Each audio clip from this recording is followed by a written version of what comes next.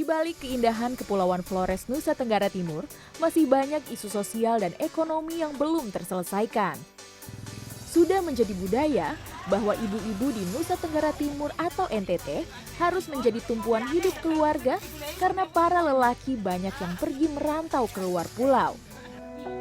Kontur tanah yang kering, cuaca panas serta jauhnya lokasi berladang membuat kegiatan ini menjadi begitu menguras energi.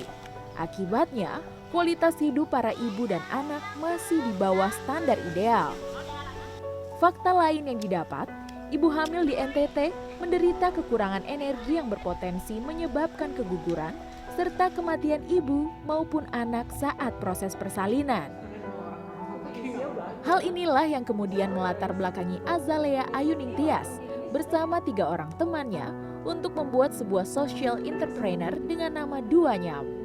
Duanyam didirikan untuk mengatasi masalah sosial ekonomi di balik masalah kesehatan ibu dan anak, terutama di daerah terpencil Indonesia. Dengan menyediakan alternatif pekerjaan lewat keterampilan yang memang sudah dimiliki oleh masyarakat, Duanyam berharap bahwa para ibu-ibu bisa memiliki pendapatan lain di luar berladang yang sifatnya musiman dan tidak memberikan uang tunai.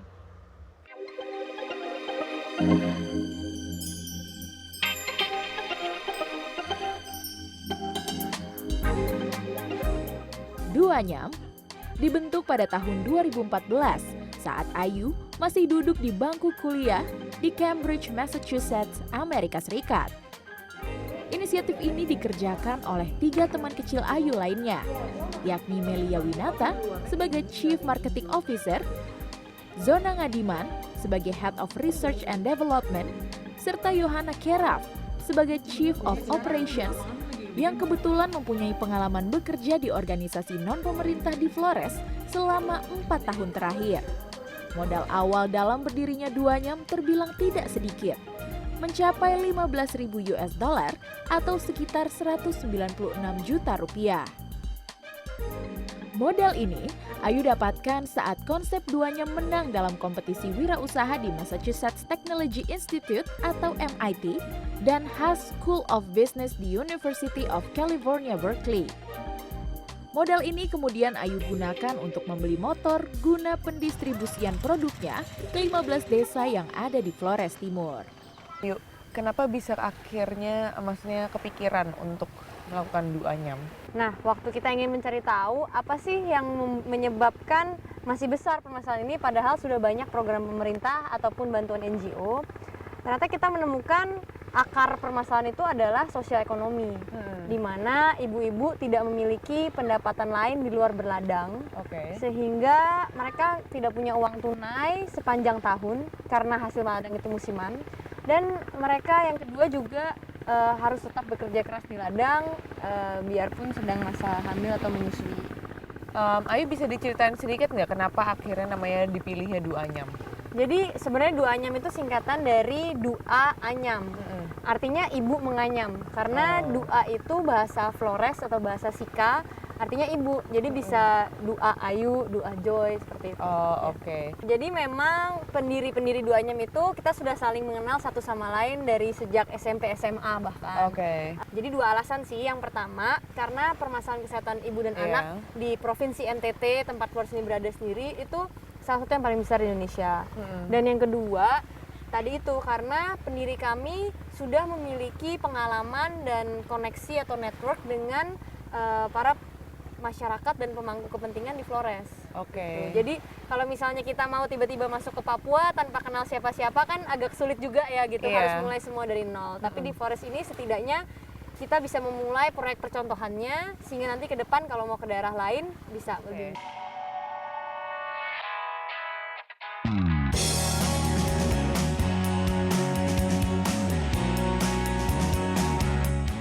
Sebagai seseorang yang kuat di bidang akademik, Ayu melanjutkan studinya ke Michigan University Amerika Serikat mempelajari biologi molekuler.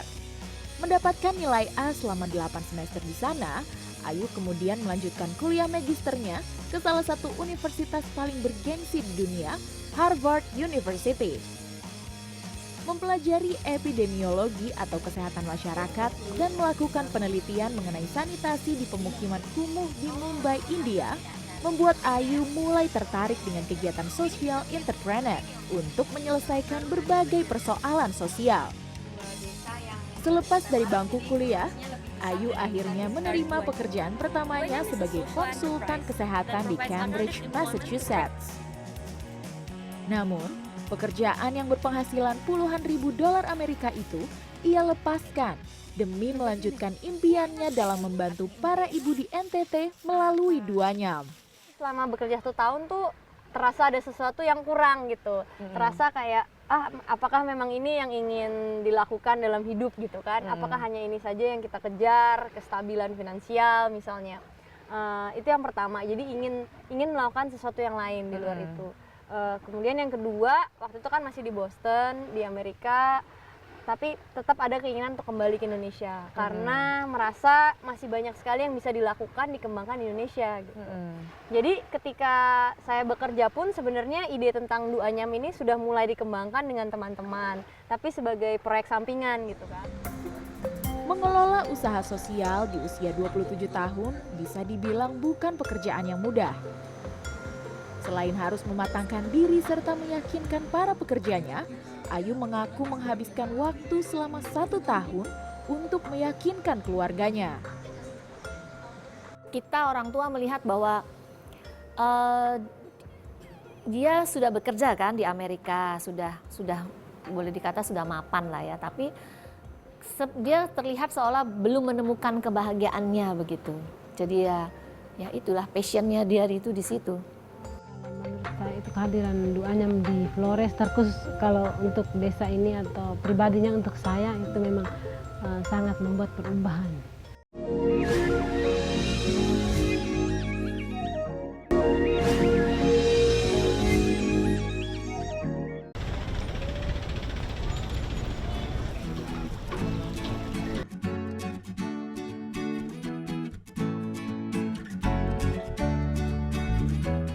Setelah 2 tahun berjalan, akhirnya Duanyam memiliki lebih dari 200 penganyam yang sebar di 11 desa di Pulau Solor sendiri. Dan saat ini saya sedang berada di Desa Watohari, di mana terdapat penganyam terbanyak yang tahun ini harus mengalih atau mencari pemasukan lain karena tahun ini mereka gagal tanam. Desa Watohari dengan jumlah penganyam 41 orang menjadi desa penganyam terbesar untuk Duanyam. Sementara di 15 desa bimbingan Duanyam lainnya terpecah mulai dari 10 orang hingga 20 orang setiap desanya.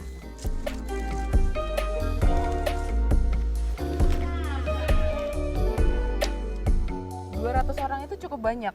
Berapa banyak barang yang akhirnya dihasilkan per bulan? Jadi karena yang barang kita produksi memang berbagai macam jenis ya, tapi kalau kita rata-ratakan mungkin hasil dari ibu-ibu ini sendiri sekitar 1.000-1.500 barang per bulan.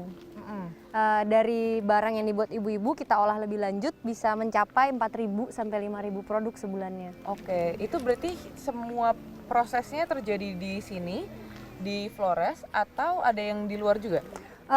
Jadi memang kita proses produksi terbagi dua ya. Satu yang semua produksi awal dilakukan di Flores, ada beberapa produk yang memang ada proses pengolahan lebih lanjut di luar Flores. Oh, gitu. terjadinya di? Terjadinya baik di Jakarta ataupun mungkin di daerah Jawa Barat. Oh, gitu. di daerah Jawa Barat. Kalau boleh tahu bahan-bahan apa aja sih yang digunakan oleh Duanyam? Sebenarnya bahan dasarnya itu pohon lontar ya, yang bisa kita lihat sebenarnya banyak sekali ada di sini, dan itu memang suatu kearifan lokal gitu. Mereka kalau kita masuk ke dapur rumah-rumah warga di sini, itu barang-barangnya semua dari daun lontar dan dari hasil anyamannya gitu. Oke, kalau misalnya kita bicara soal penjualan dan produksi, 1 bulan itu ibu-ibu rata-rata bisa menghasilkan berapa dari hasil penjualan itu? Dalam jumlah ini ya mungkin ya jumlah nominal pendapatan ya. Memang bervariasi sekali karena kan ada ibu-ibu yang sangat semangat dan sangat ahli menganyam. Itu bisa maksimal 800.000 sebulan. Yang notabene bahkan mungkin lebih besar daripada penghasilan mereka sebelumnya. Tapi ada juga ibu-ibu yang mungkin hanya kadang-kadang saja menganyam kalau ada sempat waktu, ya itu mungkin penghasilannya masih biasa-biasa saja sekitar 50.000 sebulan. Jadi range-nya memang 50 sampai 800.000. Kalau kita ambil rata-rata secara kasar mungkin sekitar 200.000 lah per bulan. Jadi itu sudah peningkatan sekitar 20% sampai 30% dari pendapatan mereka biasanya. Padahal UMR di Flores sendiri itu 1,2 juta per bulan. UMR di Flores Timur ya 1,250, 1.250.000 satu bulan. Tapi survei yang kita lakukan di 150 ibu-ibu dari desa-desa yang kita dampingi, itu penghasilan rata-rata satu tahun itu sekitar 7,5 juta mungkin. Ini hasil survei dari ibu-ibu yang tinggal di desa ya, bukan UMR-nya. Dan yang paling penting, penghasilan mereka itu nggak berupa uang tunai dan sangat musiman karena tergantung lagi musim panen atau tidak. Kalau tidak musim panen ya tidak ada penghasilan. Para penganyam juga merasa bahwa duanya memberikan alternatif pendapatan selain berkebun. Kepala fasilitator lapangan yang membantu Ayu dalam quality checking atau pemeriksaan kualitas mengaku dengan keberadaan duanyam, roda ekonomi dapat berputar seiring dengan daya beli yang meningkat. Kalau menurut saya itu kehadiran duanyam di Flores, terkhusus kalau untuk desa ini atau pribadinya untuk saya itu memang sangat membuat perubahan. Karena dulu biasanya ibu-ibu kan tidak punya pekerjaan sampingan, jadi kalau tidak punya pekerjaan lagi ya duduk otak-atik HP atau mungkin cerita-cerita cari kutu. Sekarang bisa tidak punya pekerjaan, tidak punya aktivitas yang lain lagi, bisa anyam atau malam-malam kalau lagi kosong duduk nonton TV sambil nganyam juga. Waktu pertama kali sekali kita mulai kegiatan duanyam mungkin sedikit sulit ya karena baru satu desa pertama itu orang-orang sedikit istilahnya skeptis mungkin. Ini duanyam dari mana, siapa gitu kan. Tapi dengan kita lama-lama konsisten ada di sana dan mereka merasakan manfaat, lalu mulai tergeraklah masyarakat di desa pertama itu. Nah, ketika kita ingin meningkatkan produksi dengan masuk ke desa-desa baru, itu sudah lebih mudah. Karena ibu-ibu dari desa pertama ini seperti jadi brand ambassador duanyam gitu. Mereka yang ikut menceritakan bahwa ikut duanyam itu manfaatnya banyak gitu. Jadi masuk ke desa-desa baru tidak terlalu sulit.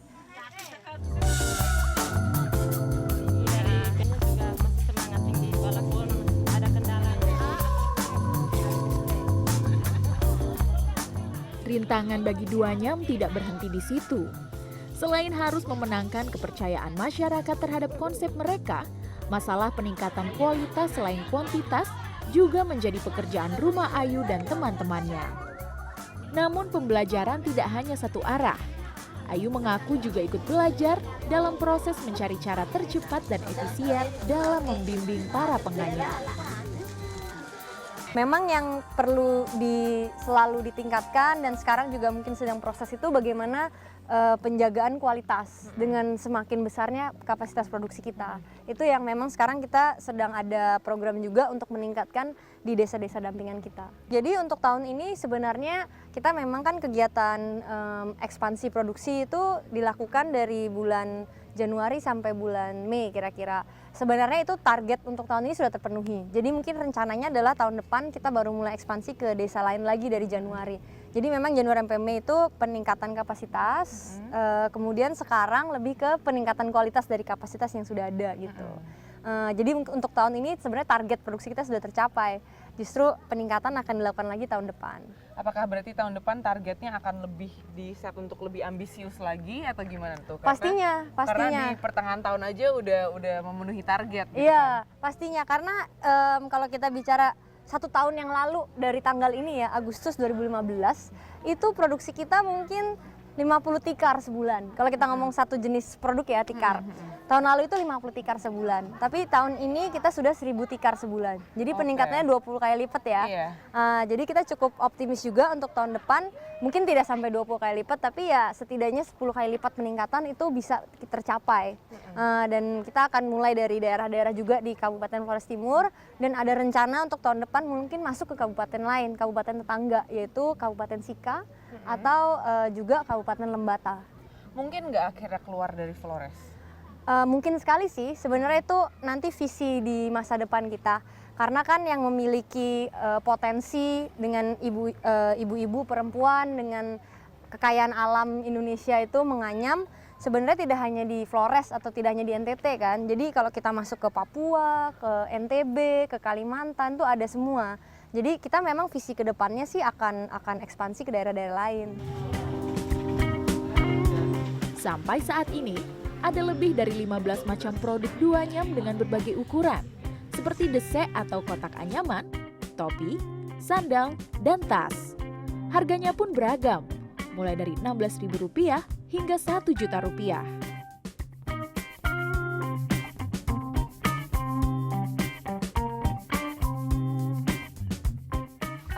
Ada beberapa resort sih memang sudah di Bali. Ya, sistemnya adalah beli kontrak. Jadi mereka kontrak setahun, selama setahun mereka akan menggunakan sendal kita terus menerus.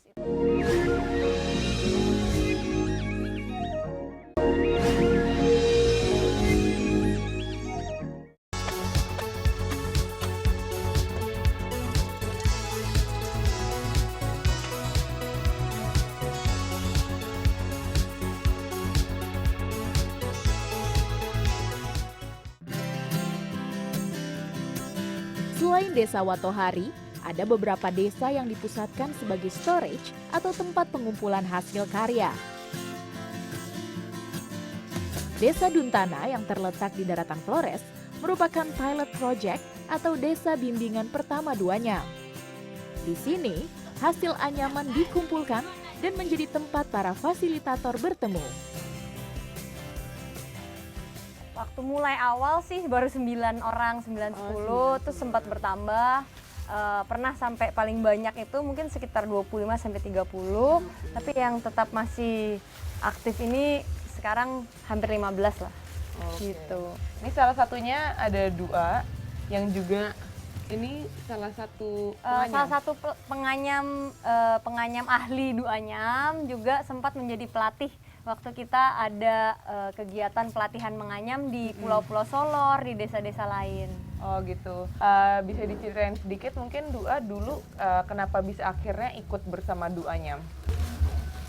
Dulu pertama yang itu hari pertama itu Pak Anies panggil kami datang bergabung di sini untuk anyam-anyam, latih anyam-anyam. Jadi kita memang kemarin lebih setiap kali masuk kita merangkul semua, terutama dari usia 18 sampai 45 kan yang memang paling awal kita coba ajak gitu. Mayoritas berarti ada di age group itu? Mayoritas mungkin dari 18-45 itu lebih banyak yang mungkin 35 sampai 45 gitu. Lalu ada juga mama-mama yang memang sudah dari sana ahli menganyam seperti di Duntana ini. Jadi yang mungkin sudah usia 50 ke atas, ada juga yang memang dari sananya ahli dan suka menganyam. Mereka mau bergabung ya kita terima juga gitu. Perbedaan generasi memang menjadi salah satu kendala bagi duanyam. Namun, dengan pendekatan dan sosialisasi yang terus dilakukan, harapan Ayu, budaya anyam NTT ini dapat terus terjaga. Banyak memberikan kepada hotel-hotel secara B2B di resort kebanyakan di Bali. Ya. Mungkin bisa diceritakan sedikit resort apa aja dan bagaimana cara kerjasamanya? Ada beberapa resort sih memang sudah di Bali, ya, baik itu di Ubud, Seminyak, Nusa Dua, Jimbaran gitu. Beberapa mungkin contoh yang sudah membeli sendal kita itu sistemnya adalah beli kontrak. Jadi mereka kontrak setahun, selama setahun mereka akan menggunakan sendal kita terus menerus. Itu contohnya ada Seminyak Icon, The Ulin, The Bale, seperti itu yang sudah agak lama. Kemudian ada juga yang pernah misalnya tadi yang mengambil placemate bikinan Dua dan bikinan putrinya Fantris itu dibeli oleh Oberoi di Bali. Kemudian ada juga yang untuk paket-paket hadiah, misalnya hadiah Natal untuk tamu mereka, itu ada juga Karma Kandara pernah. Jadi beda-beda sih tipe kerjasamanya. Sekarang juga ada beberapa produk yang kita jual secara consignment di galeri-galeri hotel, misalnya di Amanusa Bali atau di pelataran Ubud. Oke, jadi udah sama beberapa resort besar, lumayan besar di Bali ya. Ya cukup lumayan lah. Kalau bicara dengan mereka tuh sebenarnya apa sih alasan mereka awalnya ingin bekerja sama dengan Duanyam? Sebenarnya karena kita menawarkan, kita bukan hanya menjual produk, tapi kita menawarkan kerjasama dengan mereka gitu. Jadi yang mereka lihat, oke, produknya juga cukup unik, produknya bagus, mungkin belum terlalu sering dilihat di Bali untuk beberapa jenis produk kita. Kemudian juga kita menawarkan nilai lebih dari sekedar produk, yaitu kita menawarkan kerjasama untuk meningkatkan marketing mereka juga. Marketing dengan cara membedakan diri dari hotel-hotel lain. Karena kan udah banyak sekali hotel di Bali ya, pengen ada sesuatu yang unik. Nah, hotel yang kerjasama dengan kita itu punya nilai di mana tamu-tamu yang tinggal secara tidak langsung mendukung ibu-ibu di daerah-daerah terpencil Indonesia seperti di NTT. Oke. Gimana sih caranya Duanyam, strateginya untuk agar produk ini tetap lebih menonjol daripada yang lain? Ya, mungkin dari karakter anyamannya sendiri sebenarnya ada bedanya juga, karena di sini kita menggunakan lontar, jadi jauh lebih banyak di daerah timur ya. Jadi karakter anyamannya sendiri sedikit berbeda, dia lebih tahan air mungkin, lebih keras, lebih kering dibandingkan pandan misalnya yang banyak di Jawa. Ini memang produknya tidak 100% sama. Tapi yang paling kita utamakan itu pertama tentunya konsistensi dalam kualitas dan pengiriman yang tepat waktu gitu. Karena ini melalui Duanyam juga kita bisa mengatur inventory supaya itu bisa tercapai. Dan yang ketiga itu adalah dengan inovasi produk. Seperti sekarang kan kita sedang kerjasama dengan ITB. Jadi ada mahasiswa yang magang untuk memberikan arahan desain yang lebih inovatif. Jadi kita selalu akan punya produk-produk yang baru. Mungkin nanti apakah kompetitor akan meniru atau tidak, tapi kita yang pasti selalu siap untuk datang dengan inovasi baru. Oke, salah satunya yaitu kolaborasi dengan Jakarta Fashion Week tahun ini. Ya, Ini beberapa warna yang dipilih atau? untuk warna yang dipilih kebetulan adalah pink hijau toska dan fuchsia. Oke. Agak mirip tapi ini kan ungu tua, yang dipakai adalah fuchsia. Ini untuk strategi kita memang istilahnya bread and butter atau pemasukan terbesar dan konsisten itu pasti dari B2B. Oke. Retail itu kita gunakan untuk dua hal. Pertama untuk brand awareness kita, dan yang kedua adalah untuk sebagai jalur pemasaran produk-produk yang kualitasnya, bentuknya lebih premium atau unik gitu. Jadi beberapa mama-mama di sini kan sangat ahli ya, mungkin lebih ahli daripada mama-mama yang lain. Nah, mereka bisa buat produk-produk yang lebih sulit, yang lebih kompleks, dan ini punya nilai jual lebih. Nah, produk-produk nilai jual lebih ini yang kita tawarkan lewat retail. Sementara mungkin di beberapa desa yang kita sudah kunjungi, mereka kemampuan menganyamnya masih cukup simpel. Jadi ya kita apa yang mereka bisa itu kita olah, dan itu yang akan masuk ke B2B gitu. Kalau pada akhirnya semua bisa menganyam yang jauh lebih baik ya tentu bagus juga gitu. Tapi sekarang kan memang tujuan kita lebih untuk merangkul lebih banyak ibu-ibu lagi gitu. Selain dari sisi bisnis, Duanyam juga sedang menjajaki target pemenuhan nutrisi, yaitu dengan mengadakan program beternak ayam. Nantinya para ibu yang bergabung akan diberikan 5 ekor ayam beserta kandang untuk dirawat dan diternakan. Hasil yang didapat diharapkan dapat dimanfaatkan sebagai tambahan nutrisi dalam memperbaiki pola makan mereka. Keputusan Ayu untuk kembali dan membangun Duanyam mengajarkan kita bahwa belajar bukan hanya memindahkan isi buku ke atas kertas, melainkan menguji kebenaran dan menghadapi aneka ketidakpastian. Tidak sedikit penolakan yang sudah dialami Ayu, namun itu tidak pernah menjadi alasan bagi dirinya untuk menyerah dalam melakukan perubahan.